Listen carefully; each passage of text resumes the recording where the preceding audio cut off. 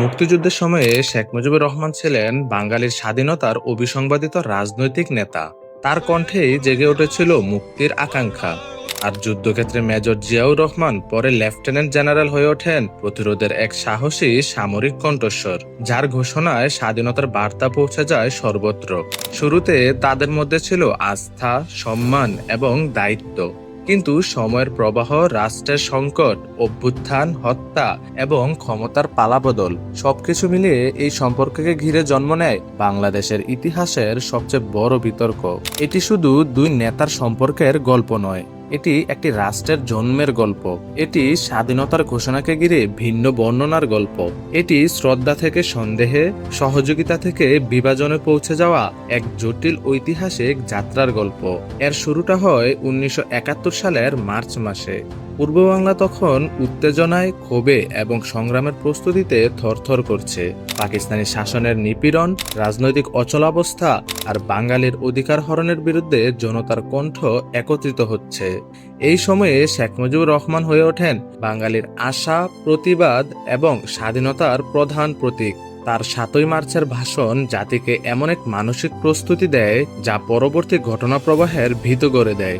এবারের সংগ্রাম আমার মুক্তির সংগ্রাম, এবারের সংগ্রাম স্বাধীনতার সংগ্রাম। তারপর আসে 25শে মার্চের কালো রাত, অপারেশন সার্চলাইট। ঢাকা জ্বলছে, মানুষ নিহত হচ্ছে, আর পাকিস্তানি বাহিনীর দমনপীড়নে পুরো দেশ স্তব্ধ। এই রাতেই শেখ মুজিবকে গ্রেফতার করা হয়। এমন সংকটময় সময়ে চট্টগ্রামের কালুরঘাট বেতার কেন্দ্র থেকে মেজর জিয়াউর রহমান স্বাধীনতার ঘোষণা প্রচার করেন। অনেক সূত্র অনুযায়ী 26 মার্চ তিনি শেখ মুজিবুর রহমানের পক্ষে সেই ঘোষণা দেন। পরবর্তী বর্ণনায় দেখা যায় 26 থেকে 27 মার্চের মধ্যরাতে প্রচারিত ঘোষণায় তিনি স্পষ্ট করেন যে এই ঘোষণা শেখ মুজিবের নির্দেশেই। এখান থেকেই শুরু হয় বাংলাদেশের ইতিহাসের সবচেয়ে দীর্ঘ এক বিতর্কের। কে স্বাধীনতার ঘোষক, শেখ মুজিব নাকি জিয়া? আওয়ামী লীগের বক্তব্য, শেখ মুজিবই স্বাধীনতার ঘোষণা দিয়েছিলেন, জিয়া শুধু তা প্রচার করেছিলেন। আরেক আওয়ামী লীগ নেতা আব্দুল মতিন খসরুর বক্তব্যও সেই দিকেই ইঙ্গিত করে।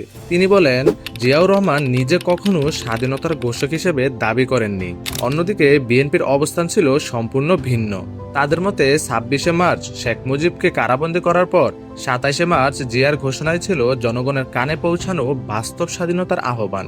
দুটি বর্ণনা, দুটি রাজনৈতিক অবস্থান, কিন্তু একই ইতিহাসের ভেতরে দুই ভিন্ন পাঠ। তবে একটি বিষয় নিয়ে দুই দলেরই দ্বিমত কম। মুক্তিযুদ্ধের সময় শেখ মুজিব ছিলেন রাজনৈতিক প্রতীক, আর জিয়াউর রহমান ছিলেন সেই লড়াইয়ের এক গুরুত্বপূর্ণ সামরিক মুখ। মুজিবনগর সরকারের সময় জিয়া দায়িত্ব পান, যুদ্ধে অংশ নেন এবং বিজয়ের পথ চলায় অবদান রাখেন। অবশেষে 16 ডিসেম্বর বাংলাদেশ স্বাধীন হয়। 1972 সালের 10ই জানুয়ারি শেখ মুজিব দেশে ফিরে আসেন। একটি যুদ্ধবিধ্বস্ত দেশ, একটি সদ্য জন্ম নেওয়া রাষ্ট্র, আর সামনে বিশাল পুনর্গঠনের কাজ।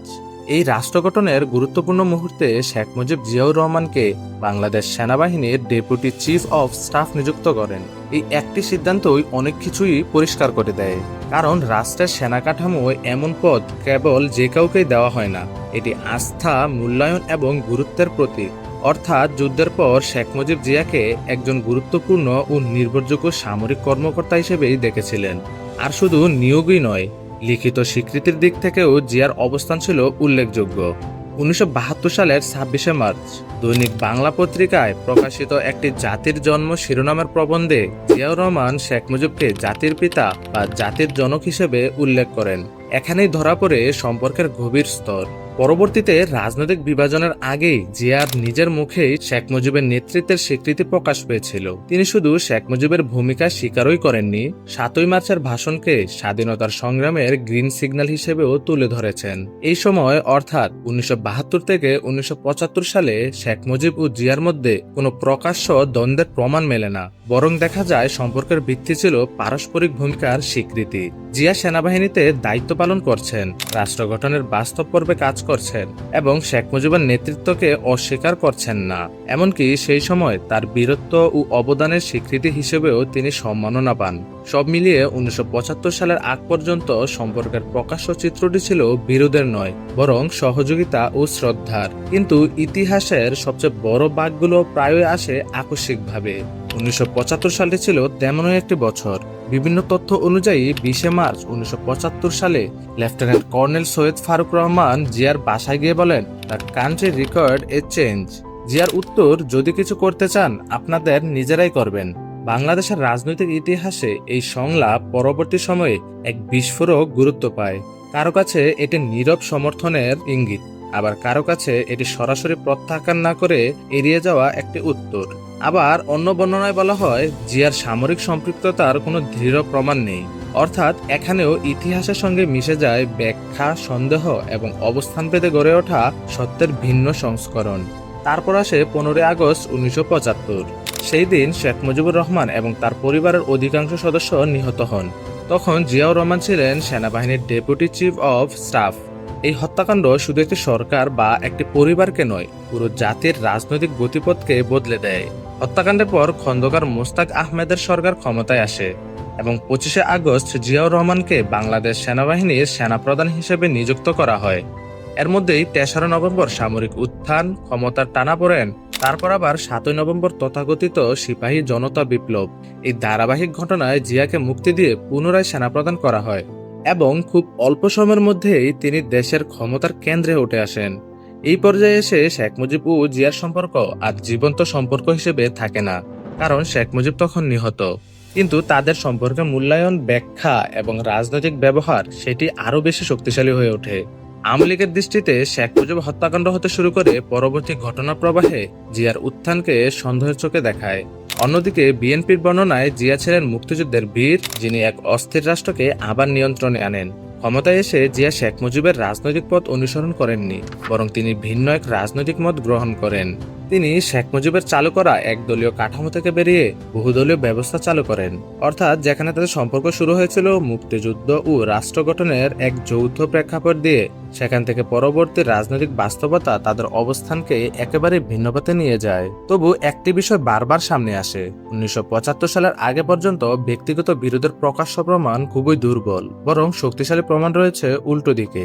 শেখ মুজিবের হাতে জিয়ার গুরুত্বপূর্ণ দায়িত্ব প্রাপ্তি থেকে শুরু করে জিয়ার লেখায় শেখ মুজিবের প্রতি প্রকাশ্য সম্মান এবং স্বাধীনতার পর রাষ্ট্রের কাঠামোয় একসঙ্গে অবস্থান, এসবই বলে দেয় তাদের সম্পর্কের শুরুটা কেমন ছিল।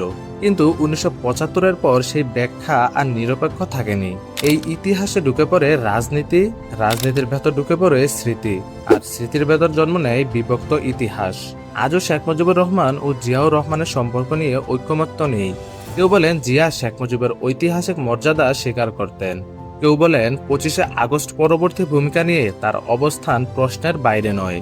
আবার কেউ শেখ মুজিবকে স্বাধীনতার অবিসংবাদিত স্থপতি হিসেবে দেখেন, আবার কেউ জিয়ার ঘোষণাকে জনমানসে ঐতিহাসিকভাবে তাৎপর্যপূর্ণ বলে মনে করেন।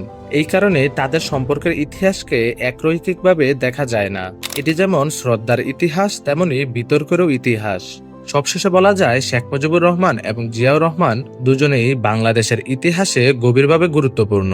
একজন স্বাধীনতার রাজনৈতিক নেতৃত্বের মুখ, অন্যজন যুদ্ধের সামরিক বাস্তবতার এক উল্লেখযোগ্য কণ্ঠ। স্বাধীনতার পর তাদের মধ্যে সম্মান ও আস্থার প্রমাণ যেমন পাওয়া যায়, তেমনি 1975 পরবর্তী ঘটনা প্রবাহ সেই সম্পর্ককে ঘিরে স্থায়ী বিতর্কেরও তৈরি করেছে।